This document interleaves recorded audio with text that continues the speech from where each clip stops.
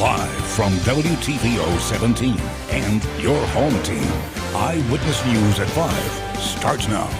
Industries hardest hit by COVID-19 come together to talk strategy moving forward. Gaps in help put some popular Rockford attractions in survival mode.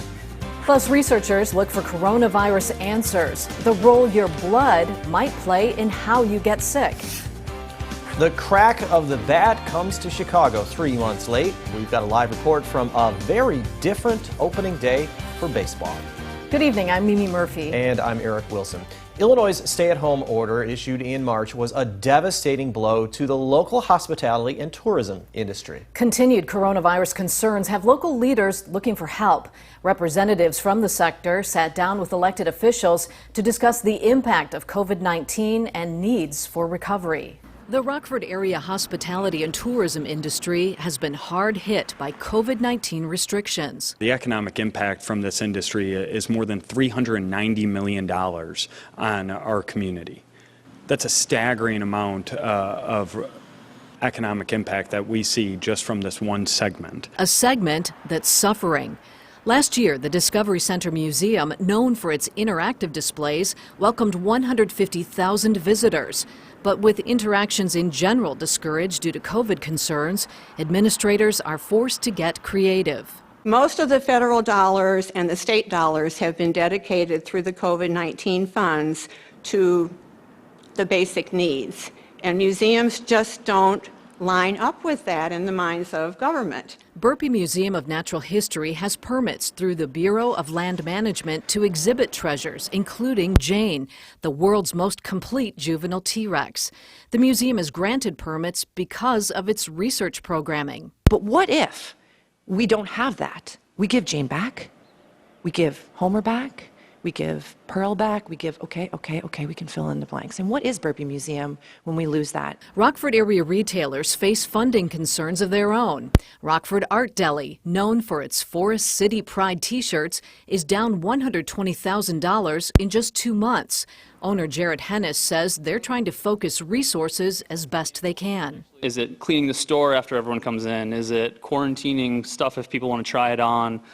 Is it cleaning every single door handle? All these regulations that are still very unclear to as a retailer, because I think they're still changing daily. Uncertainty over the future of the virus leaves many decisions in the hospitality and tourism industry on hold. One bright spot, as play returns to local sports facilities, occupancy at the area's 30 hotels is expected to pick up. 2 more women in Winnebago County have died from COVID-19. That's according to the latest report from the Illinois Department of Public Health. One of the women was in her 60s, the other in her 90s. That brings this week's total to 7. In all, there have been 109 COVID-related deaths in Winnebago County. On top of those 2 Winnebago County deaths, 17 more COVID patients passed away across the state. Those were reported out of Cook and DuPage counties. 1,500 more people have been diagnosed with the virus in the last 24 hours. As part of Illinois' effort to increase testing, a temporary site will be set up tomorrow and Sunday in La Chiquita's parking lot on Rockford South Main Street. Anyone can drive up and get tested for free. It's open tomorrow from 9 to 5. Other temporary sites will pop up through next weekend. We've posted the full list of locations online. You can find that by downloading the My State Line mobile app. A new study shows your blood type might make you more or less likely to contract COVID-19. The study comes from the New England Journal of Medicine. Researchers found patients in Italy and Spain had a 45% increased risk of having severe COVID-19 if they had type A blood. On the other side of the coin, those with type O blood had a 35% lower risk. It's not clear what the connection is between blood types and coronavirus. Now, if I'm type O, does that mean I can go out into a crowd and not wear a mask? Absolutely not. Because the thing we have to remember is every single blood type has had COVID disease. And every single blood type has had severe COVID disease. Already established risk factors for COVID include heart issues, diabetes, and obesity. A Poplar Grove man training to become a Byron police officer is accused of attacking a female classmate. Brian Sample is charged with aggravated battery and criminal sexual abuse. He's denied any wrongdoing. Sample and the victim were enrolled at the University of Illinois Police Training Institute in Champaign-Urbana. Prosecutors say the attack happened Tuesday in Urbana. Sample allegedly inappropriately touched the woman while she was driving him home after the pair had dinner. She accuses him of doing it again in a parking lot. The victim did not suffer any physical injuries. Sample was expelled from the police training program Wednesday. We've reached out to Byron police for comment, but haven't heard back. A Beloit man is shot while sitting in a car with his girlfriend. This happened around 4 this morning, just south of Summit Park near Randall and Porter Avenue. A man pulled up in a black sedan and opened fire. One bullet hit the victim in his arm. He's expected to be okay. His girlfriend was not hurt. Investigators say this appears to be a targeted attack. Earlier this week, Rockford's Family Peace Center started offering services for the first time. It took years of work to get to this point where victims of domestic violence and sexual abuse can more easily get help. Dylan Sraki checked in with center leaders. They tell Dylan they've already been put through their paces. The phone lines here at the Family Peace Center have only been open for a few days, but domestic violence advocates say it's already helping change the lives of survivors. Jennifer Ketchapalia is the manager of the Mayor's Office on Domestic Violence and Human Trafficking Prevention and helps run the Family Peace Center. She says phones have been busy since 8 a.m. Monday.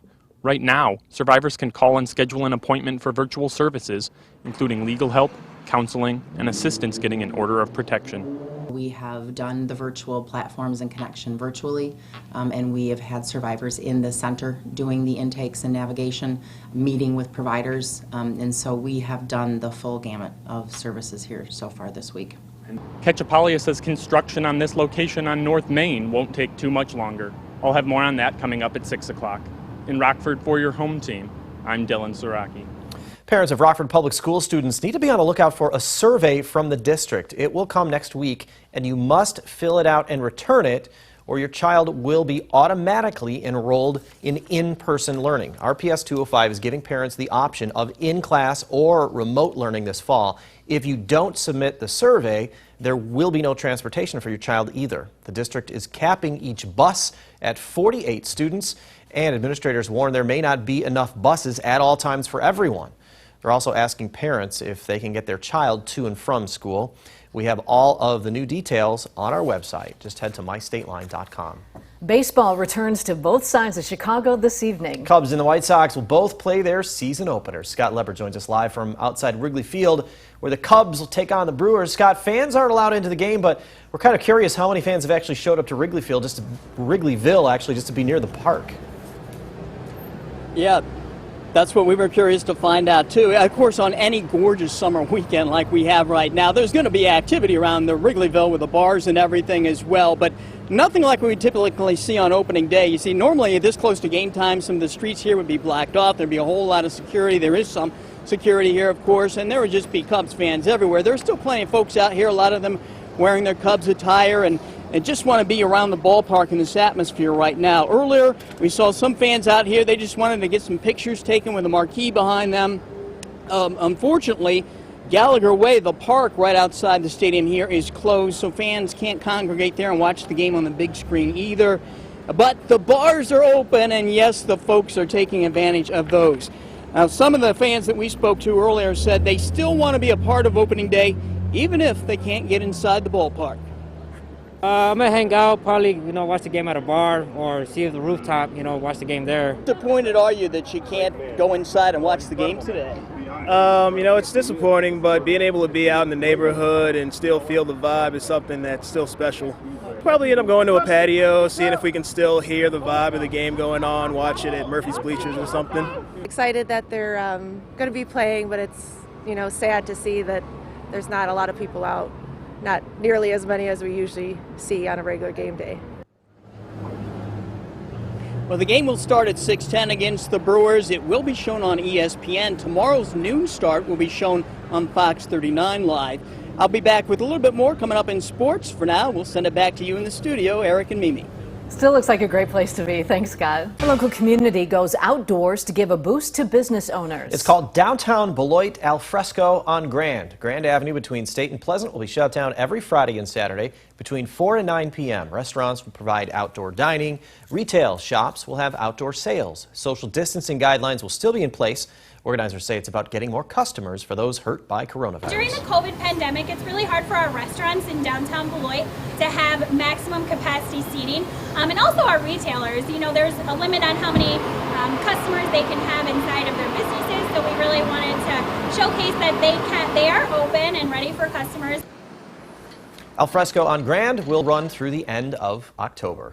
Now, your first warned weather forecast with Chief Meteorologist Candace King. Just a beautiful picture coming into us from our Mercial SkyTrack camera up in Beloit, Wisconsin here this evening. A few clouds out there. Temperatures comfortable in the low to mid 80s for a lot of us. 82 degrees right now in Freeport, Monroe, 84 in Janesville, Rockford, 83 right now in Rochelle. We've had a light breeze coming in here this evening, kind of shifting around to the south and to the southeast. Still comfortable, although it's been noticeably warmer than what it's been the past couple of days. But I wanted to show you our dew point temperature map, because while our dew points this afternoon have been in the 60s, you don't have to go that far over the Mississippi River to see those numbers climb into the 70s. So that means that moisture is just off to our west, and as our wind shifts a little more to our south later tonight and during the day tomorrow, it's going to bump up that humidity. In fact, our temperatures as we go through the afternoon tomorrow will climb from the 80s about mid to late morning into the upper 80s, close to that 90-degree mark tomorrow afternoon. But that rising dew point temperature